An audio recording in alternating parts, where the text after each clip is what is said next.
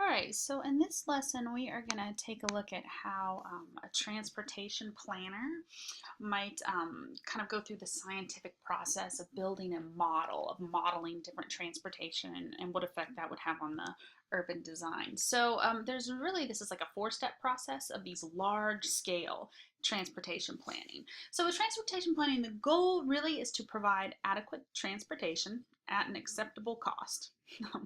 Sounds pretty simple, but that's the goal. So you do this by modeling the present system, like what's already in place.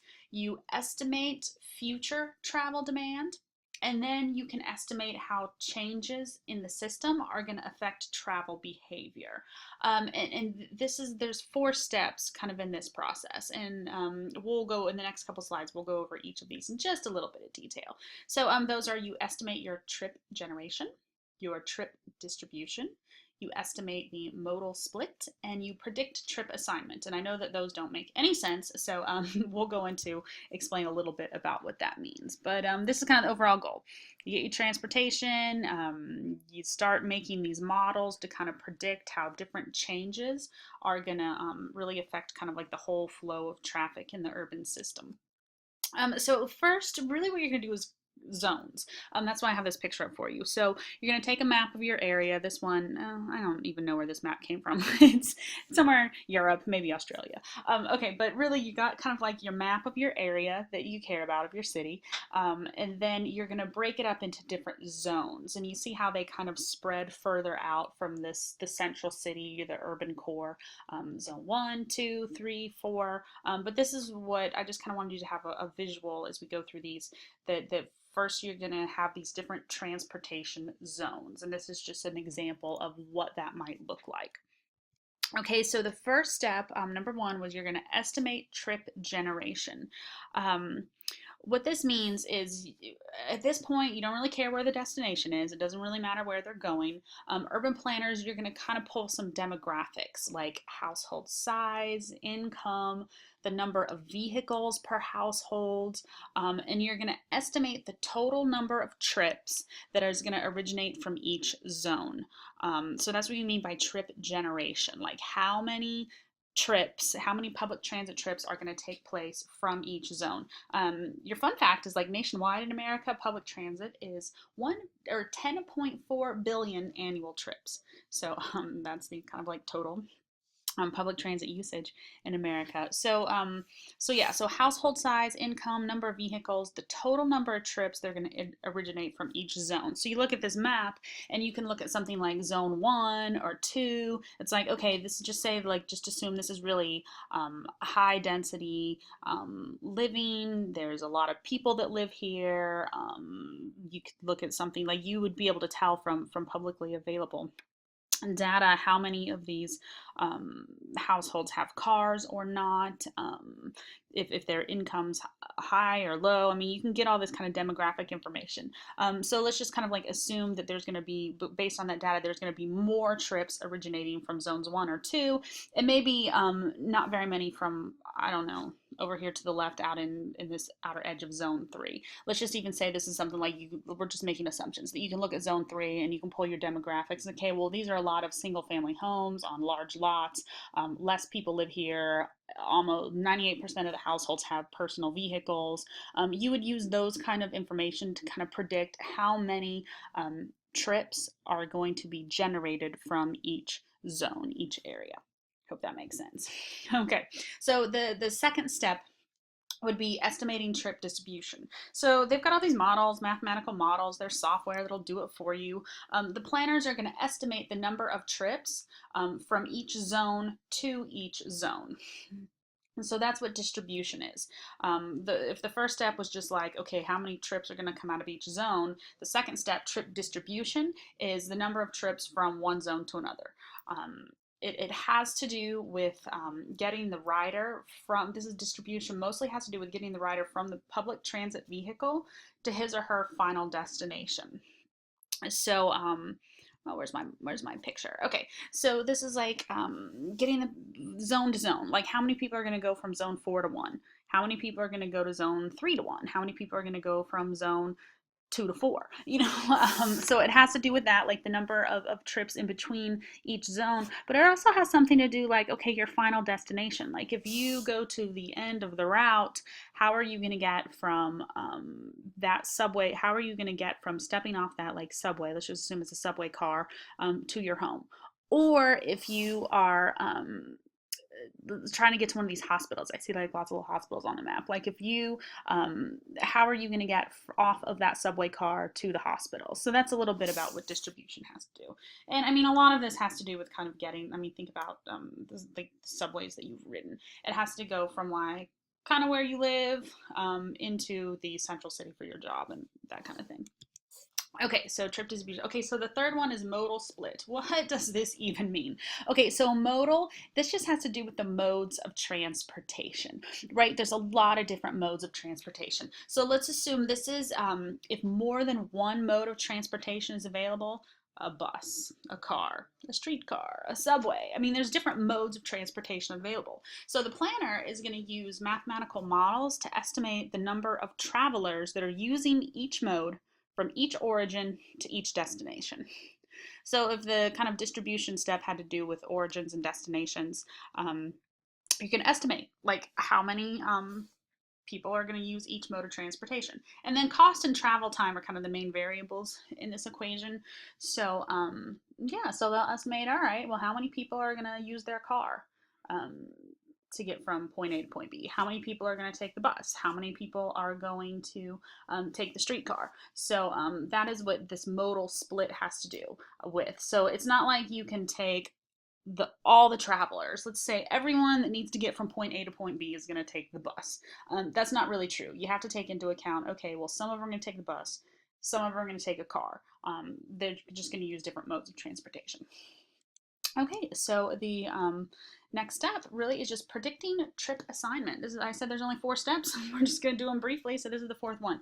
So this is the idea when there's more than one route from zone to zone, the final item that you're going to model is the number of trips that are going to be made via each route. Do I have my little map up? No, I don't. Okay, never mind. So really this has to do with the number of trips made via each route, where there's more than one route available. What does this mean? More than one route.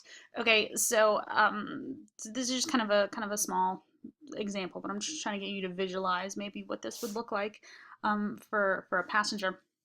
Okay, so let's assume that we are at Dillard University, and every day we need to get to the aquarium that's downtown, like on Canal Boulevard. So there is more than one route that we could take to do that. So does this mean we're gonna walk over to Elysian Fields and get on the number 55 Elysian Fields bus and take that bus route from Dillard to the aquarium? Or are we going to get on the bus stop that's right in front of campus and take the Broad Street bus over to Canal and then transfer and take a Canal bus further down to the aquarium? Or, I mean, just to get, there's also the streetcar, right? So which route? So those are 2 different bus routes you could take, and then you kind of pull in this different modes of transportation. So it's okay, well, are we going to walk and take the Elysian Fields bus all the way there? Or are we going to get on the Broad Street bus and then take it and then transfer to the streetcar and then take the streetcar the rest of the way? So these are like different routes, different transportation choices that could get us from Dillard to the aquarium.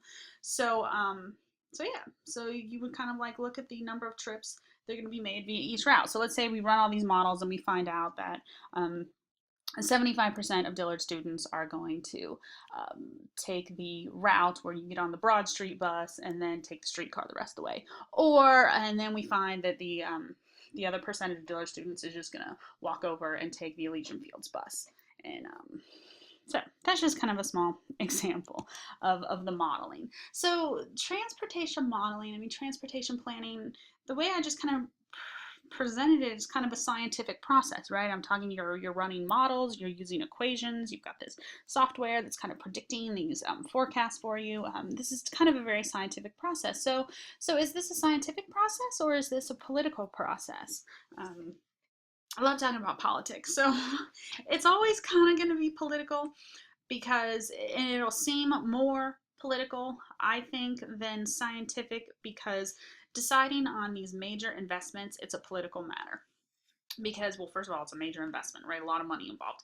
And because transportation system investments, they have really large consequences as far as land values, neighborhood quality, and really the entire pattern of development. So transportation planning and land use planning really go hand in hand. It's really kind of hard to separate the two because however you lay out the transportation plan is going to affect how the land is used, and it's going to affect the land value. And I love this idea of neighborhood quality too because, I mean, think about the whole federal urban renewal system, federal urban renewal program.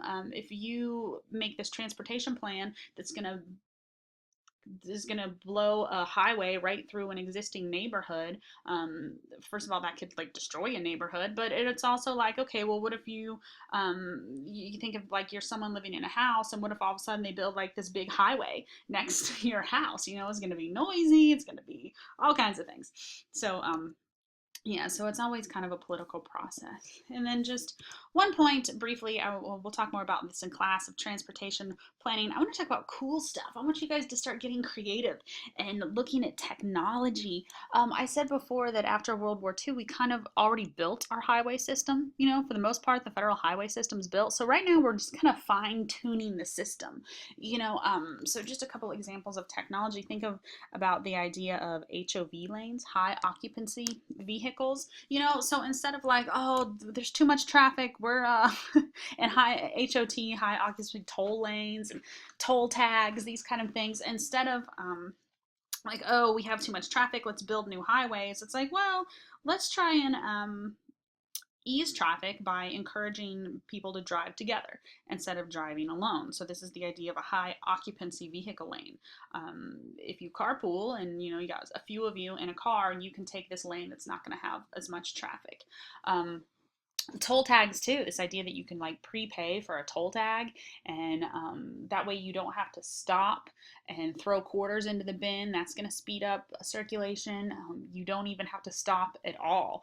There's a lot of ways they're building toll systems where if you got the toll tag, you just keep going at highway speed. You don't even have to slow down. Smart highways is the idea that you have these different sensors and stuff that can give you real-time information about what's happening with traffic and all these other factors. You guys know, like, you see these commercials for cars that have these collision avoidance devices being put in them. I feel like I say commercial, my car doesn't have this, but these newer fancy cars, they're being built with these devices that kind of detect if you're about to have a rear end collision, and they alert you or stop you or something, using technology to kind of fix some of these problems. This invention of hybrid cars or all electric cars, this is kind of answering the environmental quality aspect of transportation. Think about things like the Segway and those little Skywalker things I've seen around campus. A couple students have. This is just different, right? These using different technologies. So I want you guys to go out and find me some cool technology.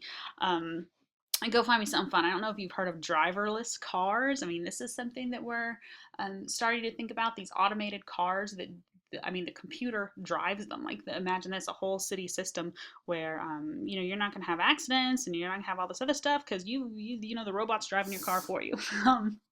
There's an app for that. I want you guys to go find me an app too. There's one of us called Waze, Waze. It's like this, almost a social media thing, but it's like if you're driving on the highway, you can post what's going on, and you can look at the other users that are on Waze on the highway saying stuff like, oh, there's an accident, oh, someone's stopping for traffic tickets. I don't know. There's all this like different kind of technology that we could use to kind of address some of our transportation issues. And that is it for now, and I look forward to discussing this further in class.